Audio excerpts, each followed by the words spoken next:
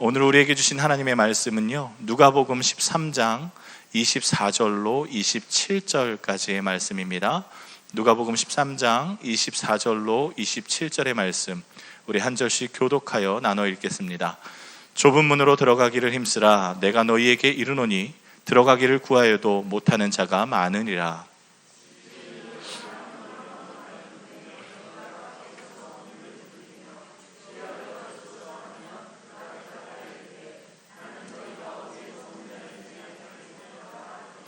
그때 너희가 말하되 우리는 주 앞에서 먹고 마셨으며 주는 또한 우리를 길거리에서 가르치셨나이다 하나.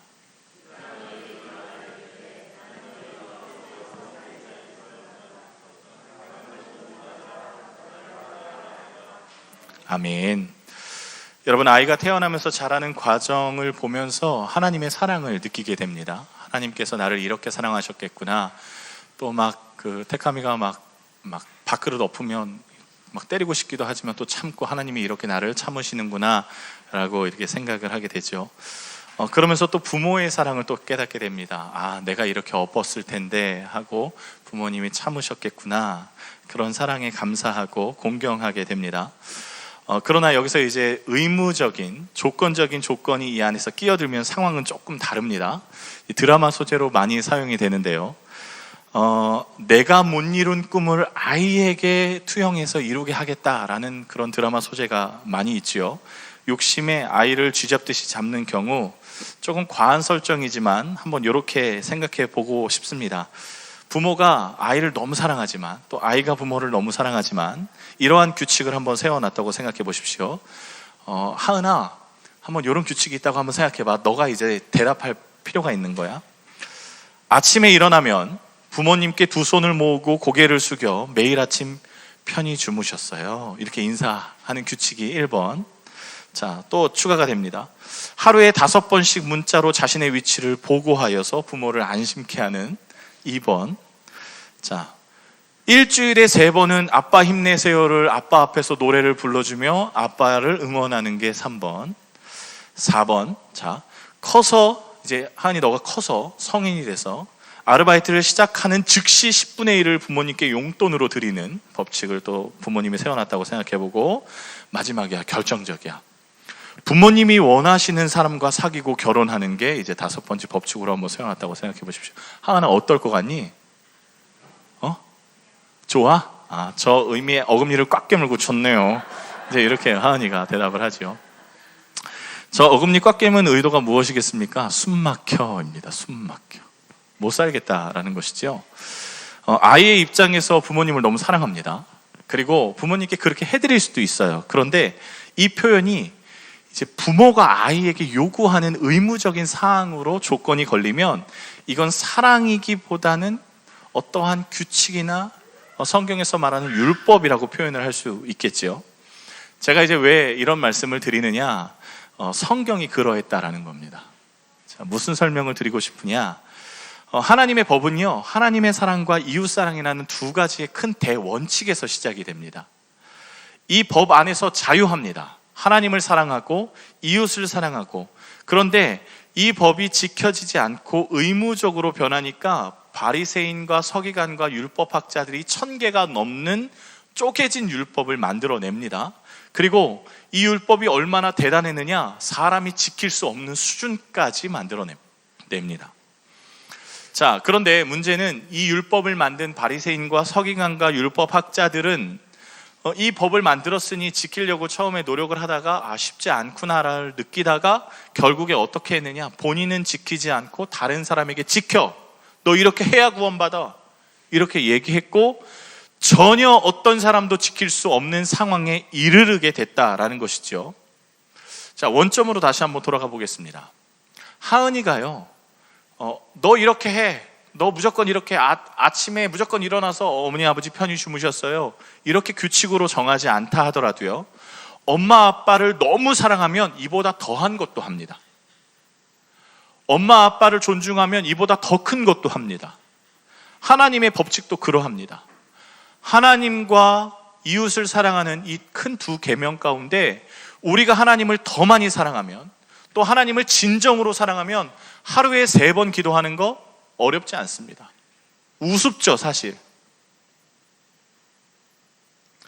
하나님 앞에 율법 가운데 이런 게 있습니다. 하나님 앞에 11조를 드리고 이웃을 위해서 11조를 드리고 마을을 위해서 11조를 냅니다.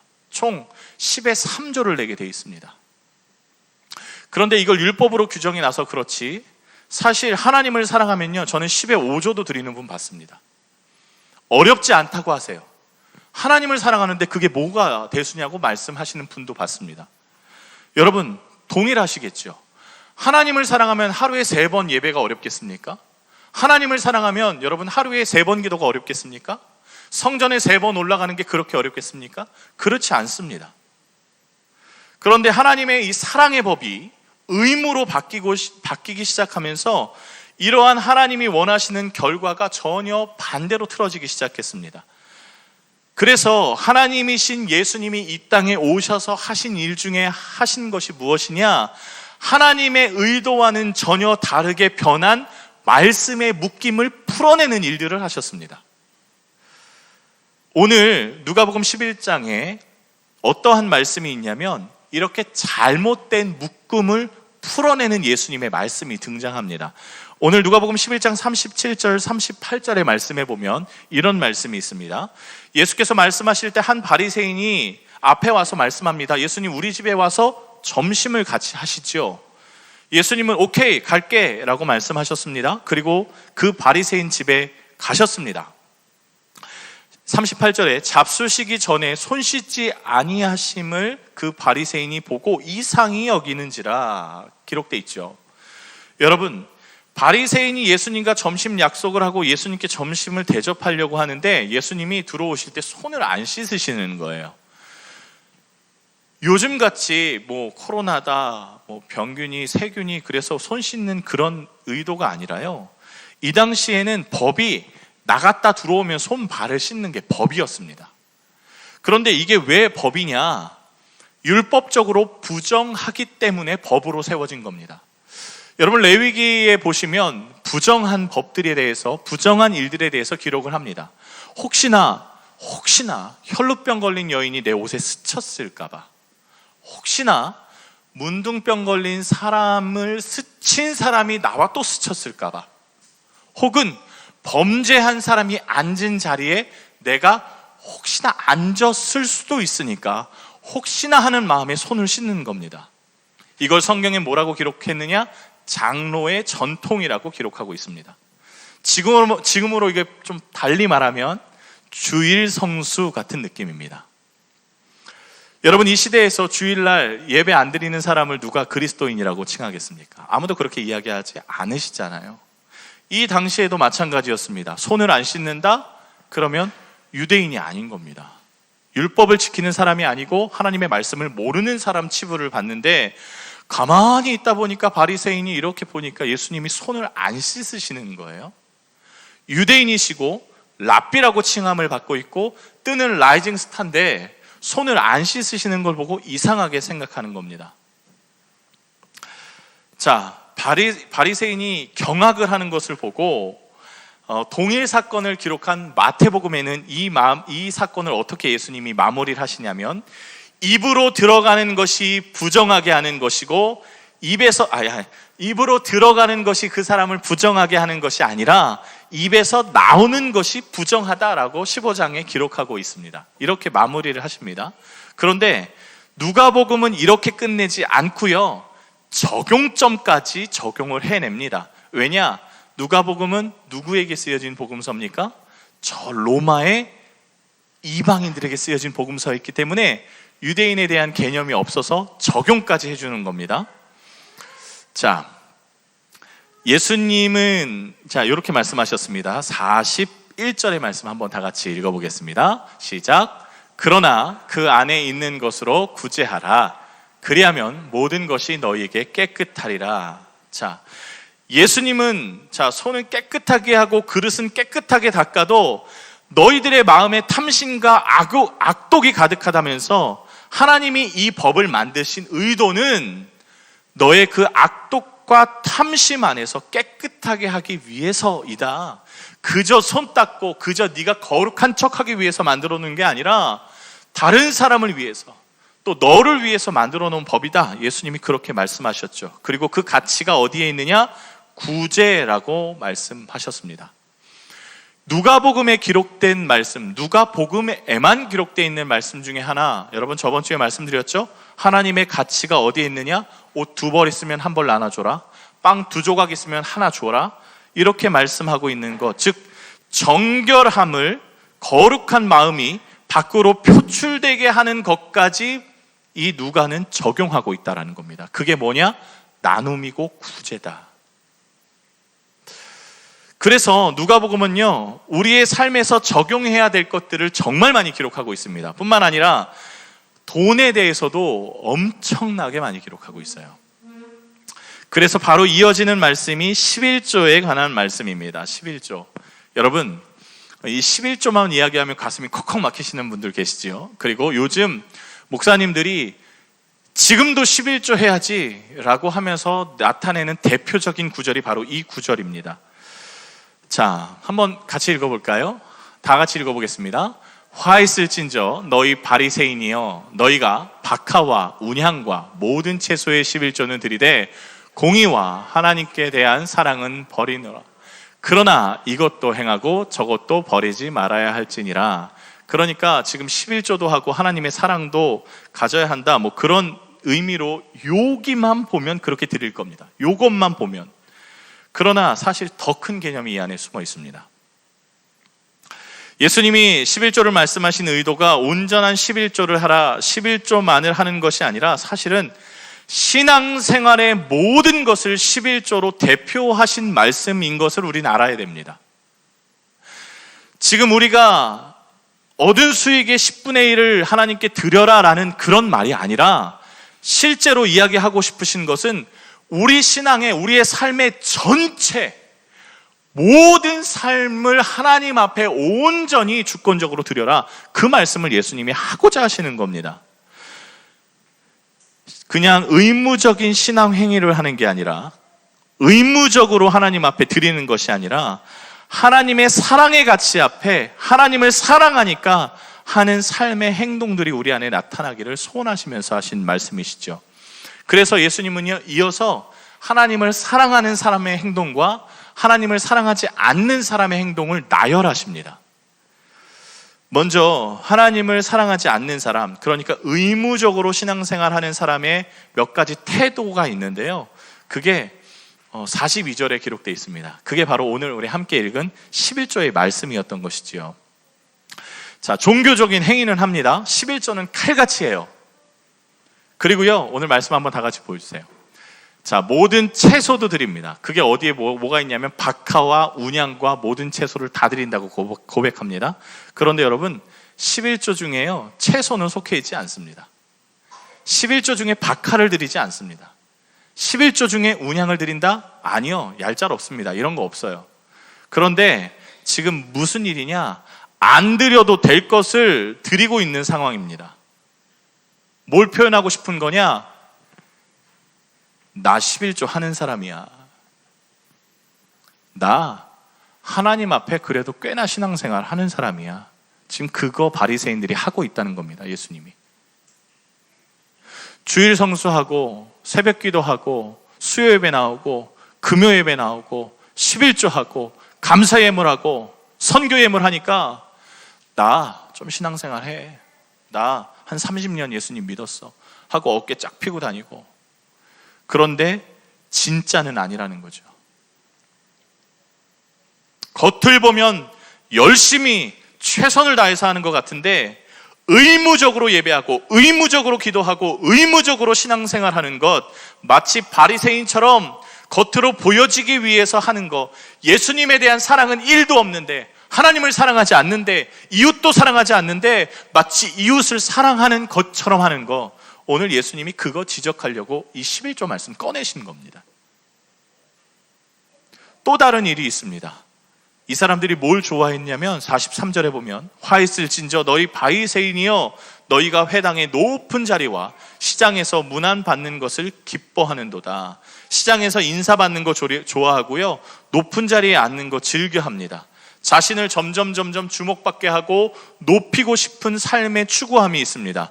그런데 여러분, 저번 주에 말씀드렸죠.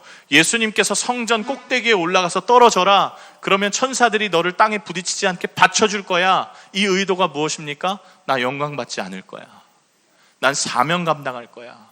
난 그런 주목받는 거 괜찮아. 예수님은 죽으러 이 땅에 오셨고 거절하기 위해서 이 땅에 오셨다는 것.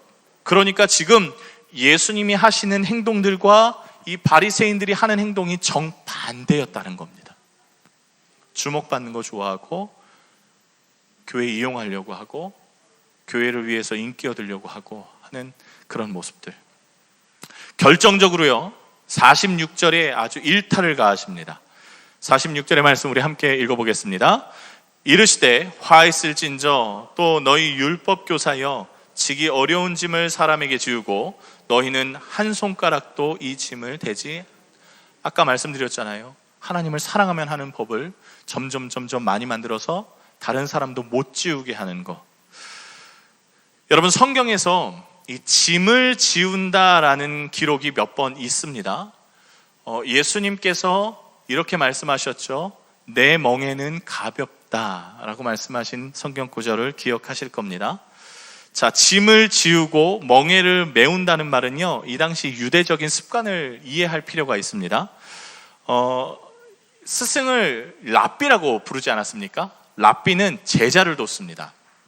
그리고 랍비의 권능은 어디에 있느냐? 제자들을 교훈하는 데 있죠. 제자들이 만약 잘못된 곳으로 가고 잘못된 행동을 하면 랍비가 말합니다. 그렇게 하면 안 됩니다. 그렇게 하지 마십시오. 이걸 유대적 표현으로 묶는다고 합니다. 그리고요, 잘 가고 있고 더 응원해야 되겠다. 그럼 잘하고 있습니다. 더 열심히 하십시오. 이렇게 하는 것을 푸는 거라고 합니다. 자, 이게 유대적 개념입니다. 그러니까 이 스승이 오늘 하십시오라고 하는 건 푸는 거고, 하지 마십시오 하고 이야기하는 건 묶는 겁니다.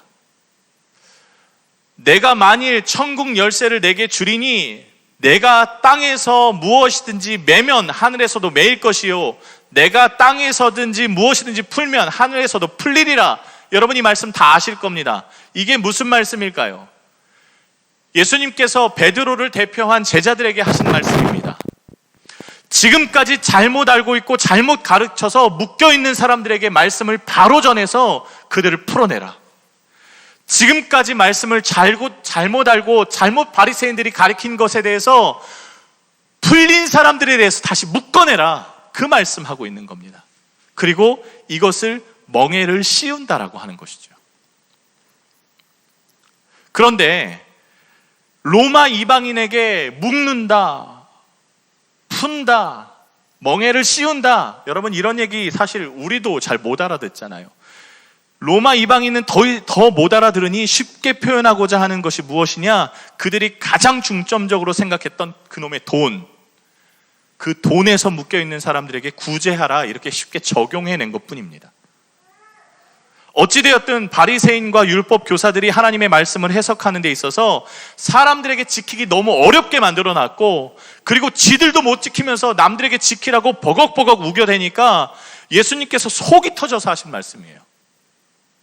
화 있을진저 너희 율법 교사여, 너희가 지식의 열쇠는 가져가서 너희도 들어가지 않고 또 들어가고자 하는 자도 막았다. 이렇게 말하는 것은 지식의 열쇠는 가져갔는데, 즉 하나님의 말씀은 니들이 지금 들고 있는데 그걸 잘못 해석함으로 인해서 다른 사람이 하나님의 말씀 앞에 나오는 것조차 막고 있는 것에 대한 하나님의 열분이었습니다. 여러분, 이 말씀의 1차적인 대상은 아마 지금 목사와 신학자들일 겁니다. 목사들이 지들 배부르기 위해서 성도들을 돈줄로 알고 있는 것들, 이거 큰일 납니다.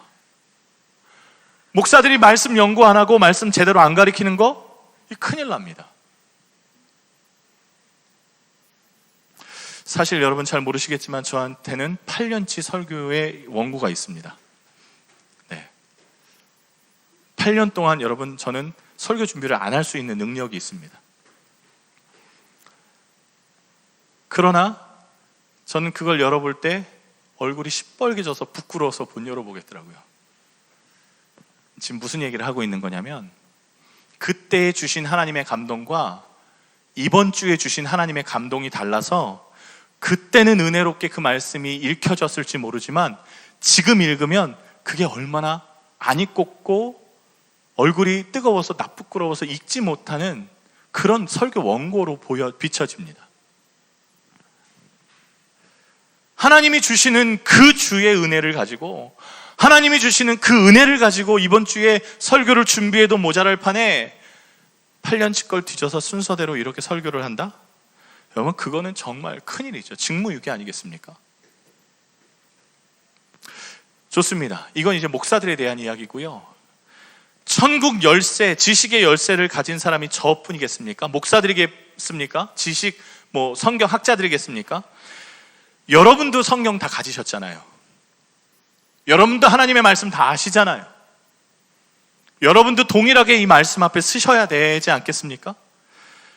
하나님께서 여러분들에게 성경, 하나님의 말씀을 주셨습니다. 그리고 세상 사람들은 우리를 보고 성경을 읽습니다. 세상 사람들은 여러분들이 어떻게 말하는지를 보고 성경에 저렇게 써 있구나. 세상 사람들은 여러분이 돈을 어떻게 쓰는지를 보고 성경에 저렇게 돈 쓰라고 되어 있는 거구나. 여러분이 대처하는 걸 보고 성경엔 저렇게 대처하라고 되어 있구나. 그렇게 여러분을 보고 성경을 읽습니다. 그러면 지식의 열쇠를 맡은 자로서 여러분은 어떻게 해야 할까요? 이게 다 천국의 열쇠를 가진 자가 하나님을 사랑하고 이 땅에서 제대로 살아가야 하는 이유입니다. 여러분, 제대로 하나님의 말씀대로 하나님의 뜻대로 살아야 하는 건 여러분이 하나님의 성경이기 때문에 그러합니다. 하나님의 말씀을 어렵게 법을 만들고 지키지도 못하면서 나도 못 들어가고 남도 못 들어가게 하는 이런 모습에 예수님이 말씀하신 것이죠. 그리고 예수님은 이렇게 말씀하십니다. 마태복음 11장 30절의 말씀에 보면 한번 같이 보겠습니다. 함께 읽어보겠습니다. 이는 내 멍에는 쉽고 내 짐은 가벼움이라 하시니라. 여러분, 예수님의 말씀이 쉽습니까? 저는 이 말에 동의하지 않습니다. 예수님의 말씀대로 살아가는 거 쉬울까요? 저는 이 말씀에 절대 동의하지 않습니다. 그러면 예수님이 이 말씀을 보고 내 멍에는 쉽다라고 말씀하신 이유가 무엇이겠습니까? 바리새인과 같지 않고 내가 먼저 갔으니, 내가 먼저 했잖아. 바리새인들은 자기도 안 하고 남도 안 하지만 예수님이 나는 내가 먼저 십자가 졌잖아. 나는 내가 먼저 섬겼잖아. 나는 내가 먼저 그 말씀의 길을 갔잖아. 그걸 쉽다라고 표현하는 겁니다. 물론 그 말씀대로 살아가는 게 어렵습니다. 그러나 우리가 예수님을 따라가는 자로서 몸부림치고 또 몸부림치는 건 예수님이 그 길을 먼저 가셨으니 가는 겁니다. 그리고 그 멍에를 우리에게 지워주셨죠. 쉽지 않지만 내가 먼저 갔으니 그 길 그대로 따라와. 29절에 예수님께서 그래서 이렇게 말씀하셨던 거예요. 나는 마음이 온유하고 겸손하니 나의 멍에를 메고 내게 배우라. 그리하면 너희 마음에 쉼을 얻으리니. 배우라고 말씀하시잖아요. 내가 지금까지 살아왔던 것, 행했던 것, 말했던 것, 돈 썼던 것 배워라. 그리고 따라와라. 뿐만 아니라 예수님이 우리를 그냥 그렇게 고아처럼 내버려 두지 아니하시고 성령을 허락해 주셔서 예수님보다 더 큰 일을 행할 능력을 주시겠다고 약속하셨습니다. 사랑하는 여러분, 여러분 말씀을 믿고 따르시기를 주님의 이름으로 축복합니다. 어렵죠. 쉽지 않습니다.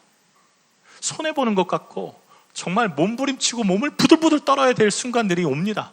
그런데 여러분, 그때마다 예수님을 바라보는 겁니다. 우리는 다른 거 바라볼 거 없어요. 그러면 하나님과 함께하는 사람들, 예수님의 말씀을 따르는 사람들의 행동은 어떠했느냐? 바리새인과 율법학자들과 다르게 하나님을 사랑하는 사람들은 이렇게 행했습니다. 12장 5절의 말씀입니다. 제가 읽어드릴게요. 마땅히 두려워할 자를 내가 너희에게 보이리니 곧 죽인 후에 또한 지옥에 던져 넣는 권세 있는 그를 두려워하라. 내가 참으로 너희에게 이르노니 그를 두려워하라. 이게 무슨 말일까요? 육체를 죽일 수 있는 사람을 두려워하지 말고, 우리에게 그저 피해를 줄 수 있는 사람을 두려워하지 말고 너희의 영혼을 소멸할 수 있는 존재를 두려워하라. 그렇게 말씀하십니다. 누구일까요? 사람 두려워하지 말고 하나님 두려워해라. 하나님이 눈 뻘겋게 쳐다보고 지금 계신데 하나님은 안 계신 것 같다라고 얘기하면 죄짓고, 아무것도 아닌 사람 옆에 있으면 점잖은 척하고 거룩한 척하고 성경 읽는 척하고 그렇게 살지 마라. 그리고 그렇게 사는 자에게 하나님께서 은혜를 주신답니다. 여러분, 비록 우리가 다른 사람에 의해서 목숨은 잃을 수 있습니다. 그러나 여러분, 우리는 이미 하늘에 있는 자 아니겠습니까? 하늘에 속한 자 아니겠습니까? 여러분, 솔직히 얘기해 보겠습니다. 세상 말로 톡 까놓고 한번 얘기해 볼게요. 우리 죽으면 천국 아닙니까? 우린 죽으면 천국 가잖아요. 이미 영생을 소유하고 있고 하나님 나라의 백성으로 살면서 도대체 두려워해야 할 것이 무엇입니까? 하나님의 더 큰 법이 우리를 좌지우지하고 계신데 우리가 도대체 무엇을 가지고 살아야 합니까? 그렇게 우리가 은혜로 사는 것 아니겠습니까? 여러분, 우리가 두려워해야 할 자는 따로 있습니다. 하나님 외에 어디 있겠습니까? 또 하나님을 사랑하는 자가 하는 행동들이 또 기록되어 있는데요, 13장으로 넘어가면 이렇게 기록하고 있습니다. 그때에 마침 두어 사람이 와서 빌라도가 어떤 갈릴리 사람들의 피를 그들의 제물에 섞은 일로 예수께 아뢰니, 이게 무슨 일이 있었냐면요, 이건 역사적으로 들어가 보면 이런 일이 있었습니다.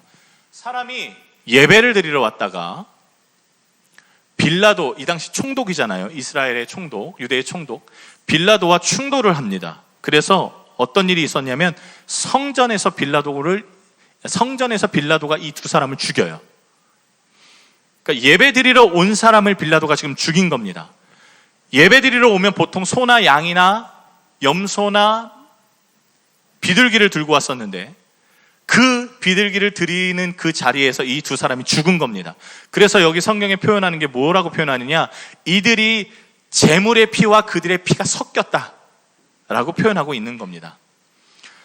자, 또 한 사건을 예수님께서 말씀하시는데 4절의 말씀, 실로암 망대가 무너져 치어 죽은 18사람이 이렇게 기록하고 있습니다. 실로암 망대가 무너져서 18사람이 거기에 매달려 있다 죽어요. 예수님이 하고 싶은 말씀 그 뒤에 이어집니다. 그 사람들의 죄보다 너희 죄가 어떠냐, 그걸 묻고 계십니다. 왜냐하면 유대인들은요, 재난에 의해서 죽은 건 제가 죄를 지어서 그래, 이렇게 판단했거든요. 그리고 유대인들이 외압에 의해서 죽은 것도 저 사람 하나님 앞에 죄를 지어서 그래 라고 여겼습니다. 그런데 예수님은 그렇게 말씀하지 않으시고, 그건 그 사람이 너희보다 죄가 많아서 죽은 게 아니라, 지금부터 그 다음 대답을 하시죠. 13장 5절의 말씀 한번 다시 넘겨주세요. 함께 읽어보겠습니다. 너희에게 이르노니 아니라 너희도 만일 회개하지 아니하면 다 이와 같이 망하리라. 저들이 죄가 많아서 저런 화를 당한 것이 아니라, 너희들이 죄가 저들보다 적어서 살아있는 게 아니라 다 똑같다. 그럼 왜 우리가 살아있느냐, 우리가 왜 예배하고 이 시간 말씀을 듣고 말씀을 외칠 수 있느냐, 그 뒤에 비유로 말씀하시는데요, 6절의 말씀해 보면 이런 비유 있습니다. 이에 비유로 말씀하시되 한 사람이 포도원 무화과 나무를 심은 것이 있더니 와서 그 열매를 구하였으나 얻지 못한지라. 포도원 비유가 나옵니다. 여러분, 여기서 포도원과 무화과 나무는, 포도원은 이스라엘을 상징하는 거고요, 무화과 나무는 이스라엘 사람을 상징하는 나무입니다. 그러니까 이스라엘이나 이스라엘 사람이나 똑같은 이야기를 하고 있는데 열매를 구하는데 열매가 없었다는 겁니다. 포도원 주인이 말합니다. 야, 저거 잘라버려. 저 무화과 나무 잘라버려. 그런데 포도원 지기가 와서 말하지요. 아유, 주인님, 그러지 말고요. 제가 지금까지 봤는데 내년에는 좀 괜찮을 것 같아요. 제가 1년 동안 거름도 잘 주고요, 잘 가꿔서 내년에는 제가 한번 열매를 한번 소득해 보겠습니다. 그러니까 딱 1년만 기다려주세요. 만약에 1년 뒤에 열매가 안 맺히면 제 손으로 잘라버릴게요. 그렇게 말합니다. 유예를 받아내죠. 망대가 무너졌거나 빌라도에게 죽은 사람이 죄가 많아서가 아니라 바리새인이나 서기관이나 저 율법학자나 유대인의 모든 사람이나 지금 우리나 도낀 객낀이라는 겁니다. 하나도 이상하지 않아요. 하나도 다르지 않아요. 이들이 살아있는 이유는 딱 하나, 우리가 살아있는 이유는 딱 하나, 우리가 예배할 수 있는 이유는 딱 하나, 유예입니다. 유예.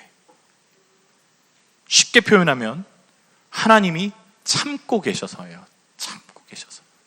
하나님이 심판을 미루고 계셔서, 기다려주고 계셔서, 그거 이유 하나 딱 그것밖에 없습니다. 오늘 말씀을 빗대어 말씀드리면, 여러분, 그러면 우리가 유예받은 자가 무엇을 해야 하느냐? 회개에 합당한 열매를 맺어야 합니다. 회개에 합당한 열매. 의로워서 잘 사는 거 아니고 선하기 때문에 옳은 거 아닙니다. 하나님의 은혜가 하나님의 심판을 지금 붙들고 있는 상황입니다. 하나님의 심판이 오늘임에도 이상하지 않습니다. 그런데 하나님께서 유예하고 계시기 때문에 우리가 지금 숨쉬고 있는 겁니다. 이걸 깨닫고 주님 앞에 나와야죠. 이걸 깨닫고 주님 앞에 눈물 뿌려 기도해야죠. 회개해야죠. 죄가 많아서 그렇지만 하나님의 은혜가 감사하고 구해주신 것 감사하고 저 천국에 내 이름이 기록되어 있는 것에 감사하고 유예해 주신 것에 감사해야 하나님 앞에 신앙, 은혜, 회개가 나오는 것이죠. 그래서 누가의 입장에서 보고 생명도 구원받았다면 실제적인 하나님의 나라의 일이 우리 안에서 일어나야 하고, 그걸 누가는 쉽게 표현해서 구제라고 했던 것 뿐입니다.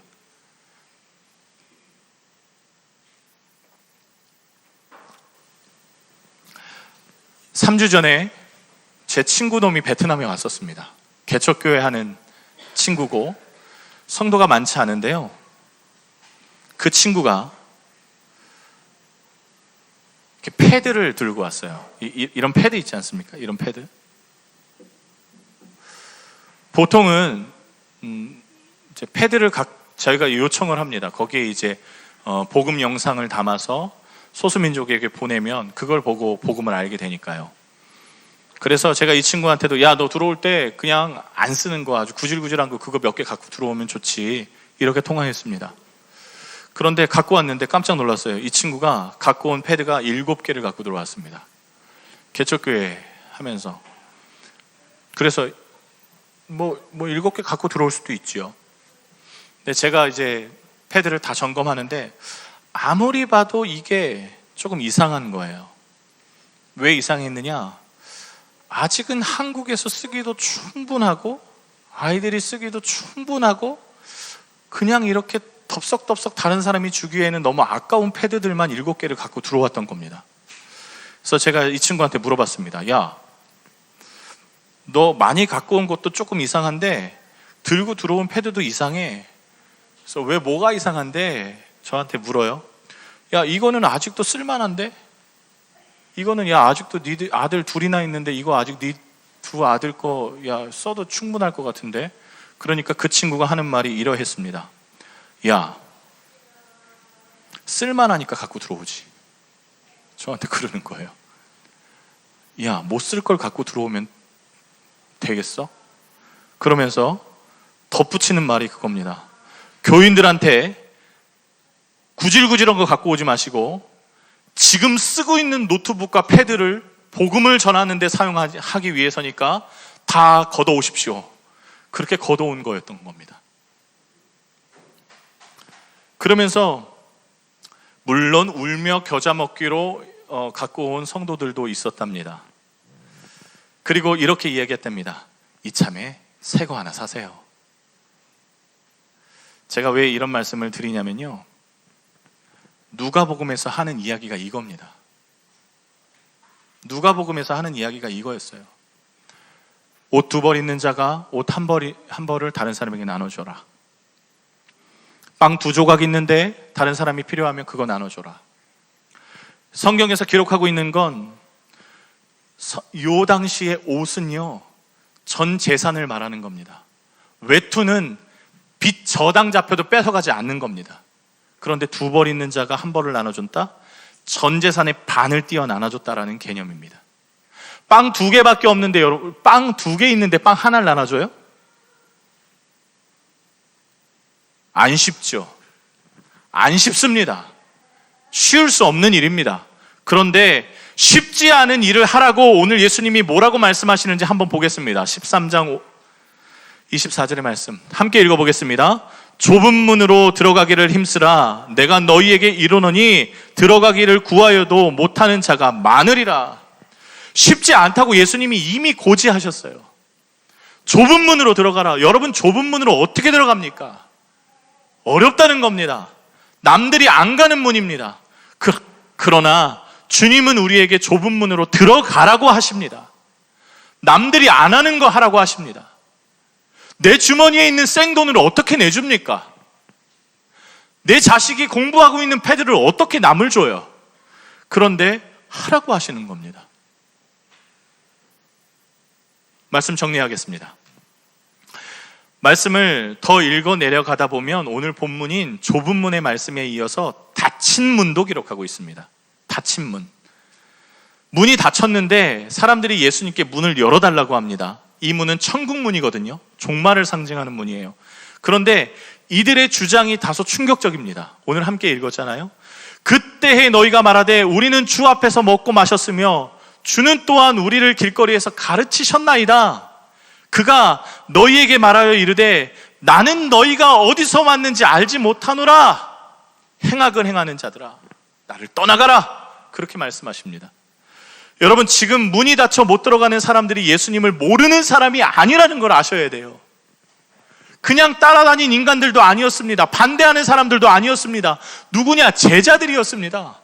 예수님과 맨날 밥 먹고요, 예수님의 말씀을 바로 밑에서 듣고요, 예수님이 주무시면 같이 자고요, 예수님이 가시면 같이 갔던 사람들을 지금 이야기하고 있는 거예요. 그런데 예수님이 뭐라고 하시냐? 나는 너를 몰라. 여러분, 엄청나게 충격적인 말 아니겠습니까? 말씀을 알아가면서 이런 자들이 도대체 어떤 인간들인가? 마치 저를 말씀하고 계신 것 같아서 하나님, 제가 신앙생활을 이렇게 하면 제가 천국이나 갈까요? 하면서 이 말씀을 읽다가 마태복음의 맥락을 알고 깨달았습니다. 마태복음의 주제가 무엇이냐? 지금으로 말하면 이게 무엇이냐? 아무리 말씀을 많이 안다고 해도 바리새인과 율법 학자처럼 살아내지 않으면 모태신앙이었고 신앙생활을 40-50년을 했어도, 교회를 개척하고 목사고 선교사라 할지라도, 교회를 막 수십 개 진다 할지라도 하나님 나라에 맞는 삶의 가치로 살지 않으면 예수님께서 나 너 몰라 하신다는 겁니다. 여러분이 충격적인 말 아니겠습니까? 교회에 문이 닳도록 왔다 갔다 했는데 하나님이 원하시는 삶을 살지 않는 자는 아니라고. 하나님이 원하시는 가치로 살자고 예수님께서 권면하시는 겁니다. 그게 무엇입니까? 회개에 합당한 열매를 맺으라. 그걸 누가는 나눠주는 것이고, 마태는 왕으로 예수님을 따르는 것이고. 사랑하는 여러분, 하나님의 말씀을 사랑하십시오. 그렇게 되시기를 주님의 이름으로 축복합니다. 여러분에게만 하나님이 주시는 개인적인 말씀들이 있을 겁니다. 그 말씀 붙들고 사랑하시면 좋겠습니다. 그 말씀 뜻대로 살고자 힘쓰십시오. 그리고 누구보다 힘쓰셔서 여러분들이 하나님의 주목받는 주의 종 되시기를 주님의 이름으로 축복하고요, 또 옆에 있는 사람들을 사랑하셔서 좁은 문으로 들어가시는 모든 성도님들 되시길 주님의 이름으로 축복합니다. 이 시간 함께 찬양하고 우리 함께 기도하겠습니다. 주님 다시 오실 때까지 제가 여기에 있는 회개에 합당한 열매를 맺는 사람처럼 살겠습니다. 결단하고 찬양하겠습니다. 주님 다시 오실 때까지.